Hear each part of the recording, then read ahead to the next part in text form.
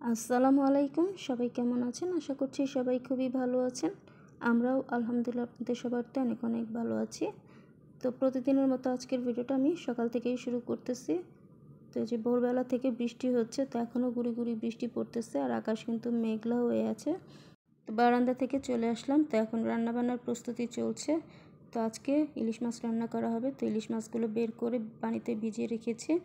তো এটা হচ্ছে ছোট যে ইলিশ মাছ, তো সেগুলো আর এই যে এখানে কচু কেটে নেওয়া হয়েছে। তো আম্মু সব এদিকে সবজিগুলোও কেটে নিয়েছে।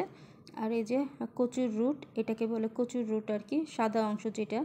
তো এই কচুটাকে যে চাক ভাজি করবে আজকে, চাক ভাজা, তো এই জন্য গোল গোল করে কেটে নিয়েছে। আর এই যে এখানে এই কচু দিয়ে ইলিশ মাছ রান্না করবে। তো কচুগুলো কেটে নেওয়া হয়েছে। আর এই যে এখন যে কচুগুলো কেটে রেখেছিলাম, তো সেই কচুগুলোকে এখন সেদ্ধ করব। তো এখানে 1 কাপের মতো পানি দিয়ে দিয়েছি আর সামান্য একটু লবণ দিয়ে দিয়েছি। তো এবার এটা সেদ্ধ হওয়ার জন্য রেখে দিচ্ছি। আর এইদিকে এই যে কচুর যে সাদা অংশ, তো এটাকে আসলে কচুর রুট বলে।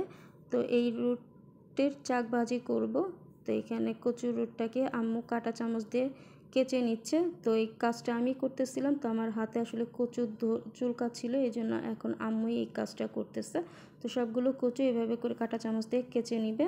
আর এই যেদিকে যে কচুটা সেদ্ধ দিয়েছিলাম, তো এই কচুটা কিন্তু সেদ্ধ হয়ে গেছে। তো এবার এটাকে ঠান্ডা করে নিব।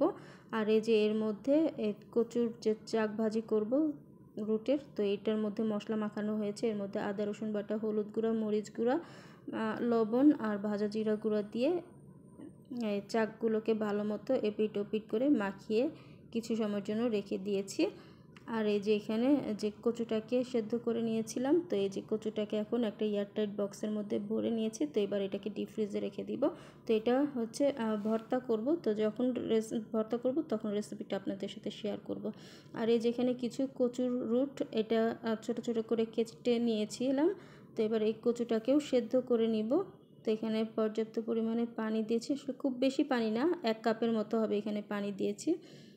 কচুটা সেদ্ধ হতে যতটুকু পানি লাগে আর কি। আর এর সাথে এখানে পরিমাণ মতো একটু লবণ দিয়ে দিলাম। দিয়ে এবার সব কিছু মিশিয়ে এটাকে এবার সেদ্ধ হওয়ার জন্য রেখে দিচ্ছি।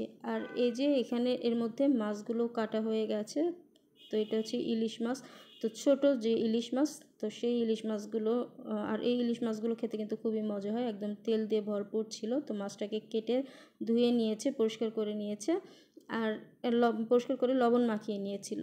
আর এই যেদিকে ডাল বসিয়ে দিয়েছিলাম, তো ডালের মধ্যে হলুদ দিয়ে দিলাম, ডালটা বলক চলে এসেছে, তো ডালটাও রান্না হচ্ছে। আর এই যে অন্য চুলায় এখানে যে কচুটাকে সব মশলা দিয়ে মাখিয়ে রেখেছিলাম, তো সেই কচুগুলো দিয়ে দিয়েছি।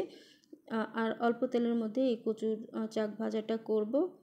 তো এক পাশ হলে আর এক পাশ উল্টে দিব, উল্টে পাল্টে একটা সুন্দর ব্রাউন কালার করে এই কচুর চাক ভাজিটাকে করে নিব।